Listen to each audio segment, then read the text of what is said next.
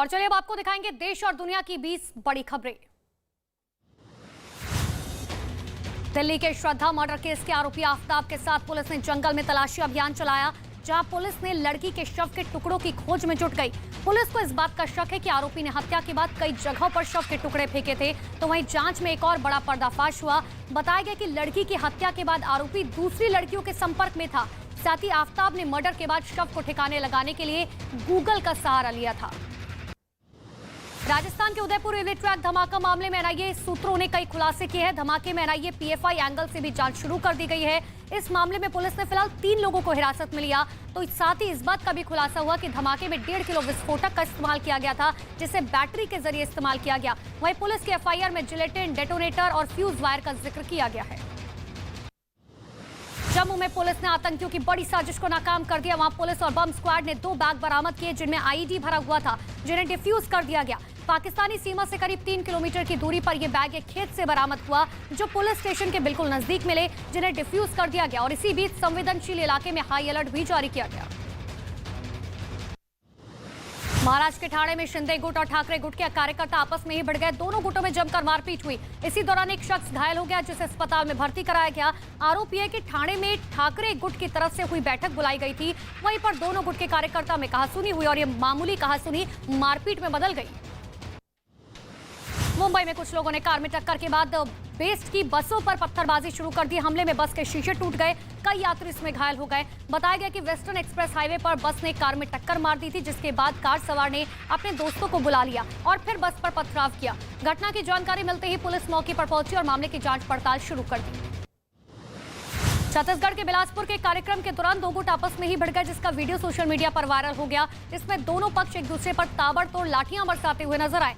इस घटना का जो वीडियो सामने आया उसमें सड़क के बीचों बीच एक गुट के लोग एक आदमी पर दनादन लाठियां चलाते हुए नजर आए। तभी दूसरे गुट के लोग वहां पहुंच गए और फिर वहां पर पिटाई कर रहे लोगों से लाठियों से हमला करना उन पर भी शुरू कर दिया।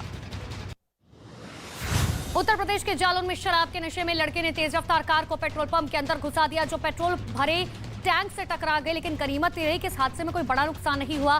घटना पेट्रोल पंप पर लगे कैमरे में रिकॉर्ड हो गई, जिसमें कार पहले तो बाएं मुड़ती हुई दिखाई दी और फिर एकाएक तेजी के साथ पेट्रोल पंप पर खड़े टैंकर से टकराकर रुक गई। इसी दौरान वहां अफरा तफरी का माहौल बन गया। बिहार के कटिहार से चौंका देने वाला एक वीडियो सामने आया। वहां गैस एजेंसी में लूटपाट हुई। ये पूरी घटना वहां लगे कैमरे में रिकॉर्ड हो गई, जिसमें 2 लोग गैस एजेंसी से लूटपाट करते हुए नजर आए। इस घटना का जो वीडियो सामने आया उसमें 2 लोग चेहरे पर कपड़ा बांधकर गैस एजेंसी में घुसते हुए नजर आए। इसके बाद वहां रखे लैपटॉप समेत करीब 3 लाख रुपए लेकर फरार हो गए। उत्तर प्रदेश के रायबरेली में अवैध निर्माण पर जिला प्रशासन ने बुलडोजर चलाए, कई मकानों को जमींदोज कर दिया।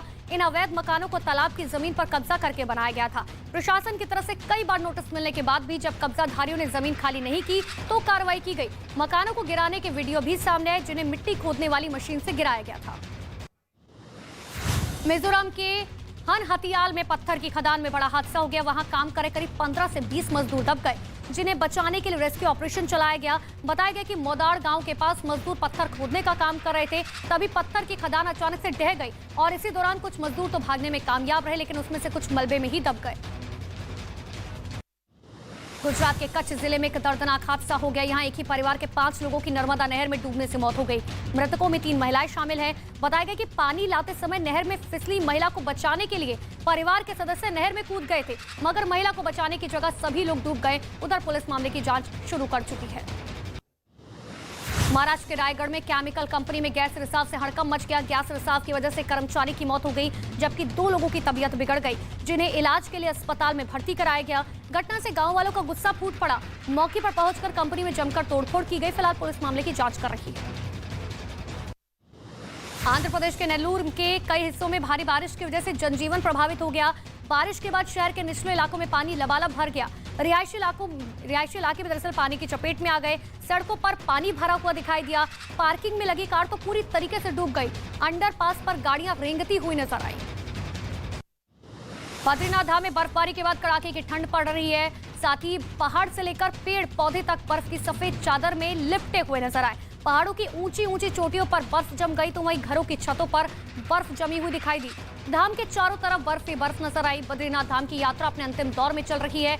बद्रीनाथ धाम के कपाट 19 नवंबर को बंद होंगे। मनी लॉन्ड्रिंग केस में आरोपी अभिनेत्री जैकलीन फर्नांडिस की जमानत पर आज दिल्ली की पटियाला हाउस कोर्ट फैसला सुनाएगी। फिलहाल जैकलीन को अंतरिम बेल मिली हुई है। महाठग सुकेश चंद्रशेखर 200 करोड़ की वसूली मामले में जैकलीन पर मनी लॉन्ड्रिंग का आरोप है। ईडी ने पटियाला हाउस कोर्ट में जैकलीन की जमानत रद्द करने की मांग की थी।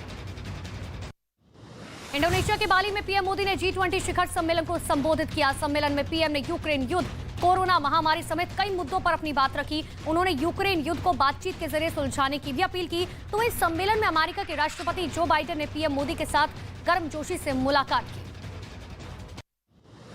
पीएम मोदी सोमवार देर शाम इंडोनेशिया के बाली पहुंचे, जहां प्रधानमंत्री नरेंद्र मोदी होटल से सीधे भारतीय समुदाय के लोगों के बीच पहुंच गए। होटल में पहुंचने पर भारतीय समुदाय के लोगों ने प्रधानमंत्री नरेंद्र मोदी का जोरदार स्वागत किया।